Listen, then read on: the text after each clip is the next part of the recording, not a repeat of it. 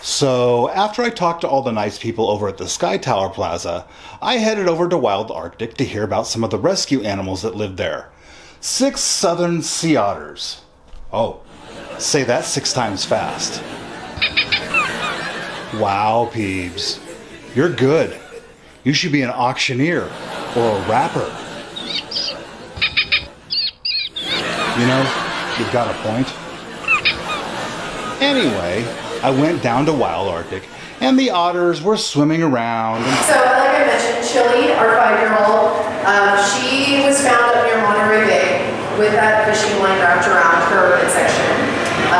Monterey Bay Aquarium actually surgically removed the embedded fishing line, and then she was deemed non-releasable because if you look and see, you can notice that she has kind of like a strip of hair missing.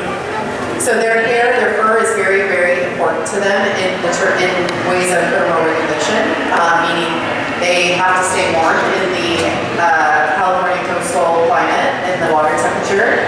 So without that area having hair around it, she would not be able to properly thermal regulate. So that means that in winter conditions, she would just get too cold. Over here, where Robin is, that otter is Ray. Her name is Ray. She is 2 years old. And she was also a rescue, but her story is a little different, as well as our youngest up there with Denise. Her name is Jane. Jane's actually only about 11 months old, and she was our most recent rescue. Both Ray and Jane were brought to us because for some reason they were found abandoned without their moms along the coast of the shallow coast of around Monterey Bay. In the harsh environment of the wild, sometimes things happen to where mom is unable to care for the pup. Now, unfortunately for the pup, they're extremely dependent on mom. So if something happens to mom, or say they get separated somehow, let's say the current drifts them apart and then they can't find each other, it's kind of a vital time for the pup. So if there's no human intervention, then unfortunately that would be fatal for that pup. Those rescued sea otters sure are great little animals, and they're really smart. It's awesome that they have such a nice place to live with lots of food and people that love and care about them. Do they ever actually give you any fish, Peebs? It seems like most of the time you just kind of help yourself.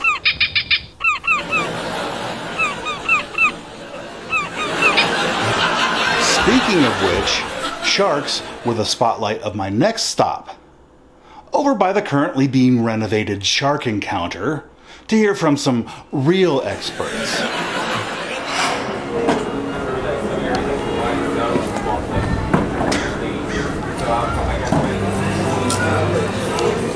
This is real life shark skin. Obviously, other than our shark, little shark area in the front where you can touch, this is another piece of shark skin that you can also touch. Yeah, over here we also have our great white shark jaw. This right here is actually a real jaw. And of course that does include the teeth. So if you actually want to touch the teeth, you're more than welcome to.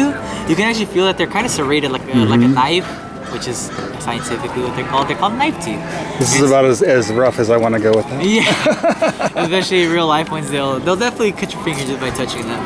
But they're called knife teeth because they're kind of used the same way as a knife. They'll go ahead and actually be able to take chunks out and then they'll actually swallow. These animals here never ever chew their food.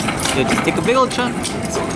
Lots of rows of teeth in there. This is probably the coolest part for me is that you can actually see all the rows of teeth that go all the way down. Because usually you would not be able to see this in an actual live shark because the gum is actually covering all these shark teeth, and so they won't ever actually come and like cycle through until they lose a teeth, which is actually very common for a shark. So will they ever run out of teeth? Because I see a bunch down there, and they won't ever run out of teeth, so they'll because just make they're new constantly ones? making them continue to make new ones.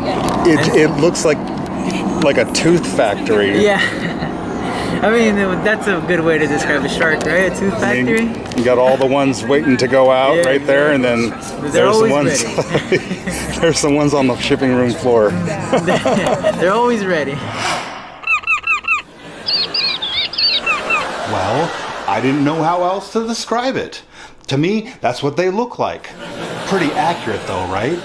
A shark loses a tooth, a bunch have already made their way down to the assembly line and are ready to chew? Yes, chew fish, of course. I don't think a shark would want to eat you anyway, Peeves. Nah, I'm pretty sure you taste funny.